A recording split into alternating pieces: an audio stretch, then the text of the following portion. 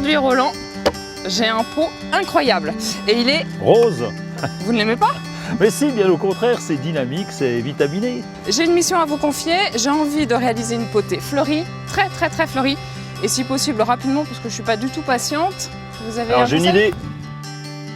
Alors je compte sur vous pour me donner des idées. Je veux créer une potée très fleurie, très fleurie, et je ne suis pas très patiente, hein, donc si possible immédiatement.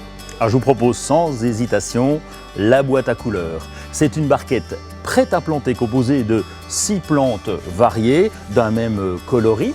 Et là, vous pouvez l'utiliser pour vos compositions, pour vos potées fleuries, pour vos jardinières et bien sûr pour votre pot. C'est ça? C'est ça. On est plutôt sur les teintes jaunes. Oui. Ici, on a du pourpre. Qu'est-ce qu'il existe d'autre, Roland? Il existe du violet, de l'orange, du rouge et du rose. On est sauvé pour votre pot. Ah bah oui, magnifique, le rose. Qu'est-ce qu'on retrouve comme plante dans la barquette? Vous avez du pétunia, vous avez du géranium droit, de la verveine. Dans le jaune, on a aussi du bidens. Ce sont en général toutes des plantes annuelles. Des plantes annuelles, éclairez-moi. Ce sont des plantes qui commencent à pousser au mois de mai jusqu'au mois d'octobre. Elles ne passent pas l'hiver, par contre elles sont très florifères. Tenez. Vous avez vu la taille de mon pot. Dans chaque barquette, il y a 6 godets comme ça. Il m'en faut combien, moi, pour mon contenant? Voilà, pour votre pot, la barquette ira très bien avec 6 godets. Laissez de la place pour mettre une plante vivace ou une graminée de façon à faire un peu de composition. Ah, c'est une bonne idée.